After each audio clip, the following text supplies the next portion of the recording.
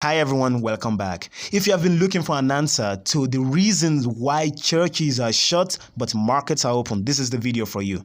Let's begin. Now, you have to understand that the origin of the suspicion that has been arising among the Christians in Nigeria that it's like the government is being biased against churches is that after the president lifted, partially of course, lifted the shutdown in those key states and in those key areas, one of the things he made very clear was that churches were going to remain locked down. So this made a lot of people feel like, why churches?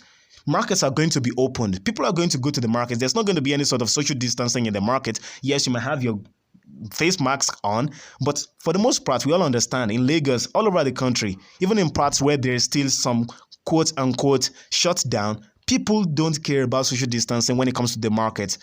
And that's the way it is. But the markets are still allowed to run for the most part. So why do you shut down the churches when the churches have a way of making themselves space out a little bit in some cases?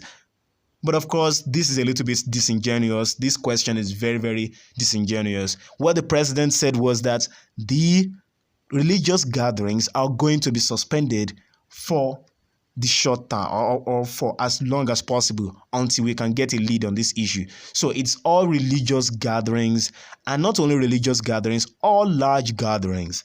So let's not try to be dishonest with this thing. I understand the concerns. I'm a Christian too, but I understand the concern. Let's not try to be disingenuous in this question.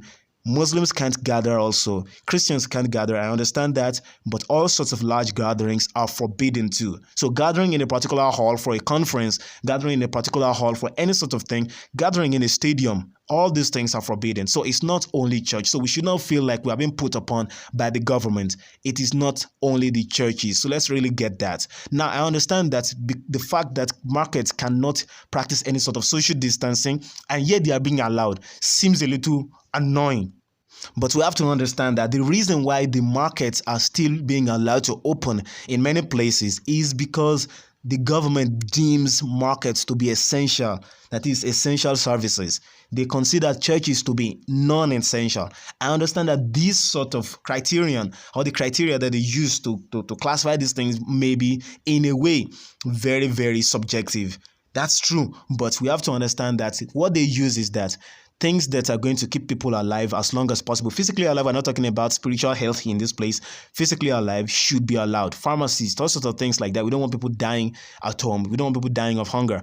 That's the truth. But there is also something more sinister there. So if you're looking for a conspiracy theory, maybe this is your conspiracy theory. And the conspiracy theory is this. The conspiracy theory is this. The reason why the government is refusing to allow churches but permitting markets and permitting people to move outside in some cases is because the government is so darn scared of social unrest. The government doesn't want people to riot. The government doesn't want people to fight back. That's it. They understand that people in the churches are very calm. But churches are not going to be the ones holding tiki torches and moving around and holding placards and complaining and yelling and protesting. That's the reason. So they know it is easier for churches to be kept silent for the meantime, while markets, it is very difficult for you to do that. People are going to fight back at a particular point. If people go hungry for so long, they get very desperate, crime is going to increase, people are going to fight back. People are going to openly defile the government, and whatever is going to happen there, they will fight the police, they will fight everything. They are going to, in fact, it could get to a stage where the government will become a target by the people. They may actually march on the government house and try to depose the governor or depose those people in power, whatever it is. So it could actually lead to a serious case of popular uprising. It could lead to a revolution if people get hungry enough. So that's the reason. So it's actually them trying to cover for their asses. That it's a grand cover your ass operation. That's exactly what they're trying to do. They are trying to take the path with lowest resistance. They know the churches are going to put up very low resistance. So it's easy for them to do that. Religious people are going to put up very low resistance. That's why they can do that to the religious people, because they can easily blackmail you by saying that if you are really truly religious, why are you fighting? Why are you supporting some sort of violence, because we all understand there's going to be a little bit of violence in protests sometimes. So why are you supporting all of that? They can easily paint you as being hypocrites.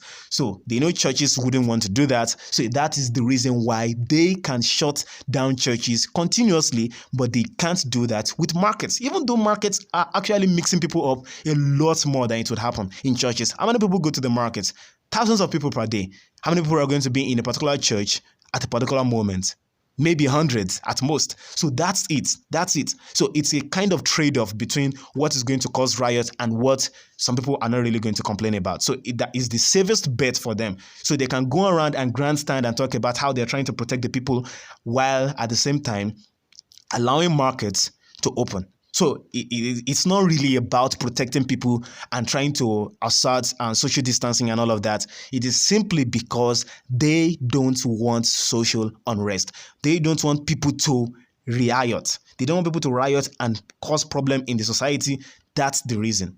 That's the main reason why the government is doing that. They're trying to keep order, and that's the reason. So for all Christians, calm down. The government is not trying to put up on us. There's nothing happening. It's not a conspiracy theory against the church, because you have to understand the mosques are there too, and also the all sorts of gathering, no matter what, even secular ones. It's everything. So that's just how it is, and it's a little bit sad, but that's how politicians behave, and that's how it is. So anyway, thank you very much for watching. Make sure you subscribe to the channel. It's really going to help the channel to grow, and I'll be seeing you guys in the next video. Bye.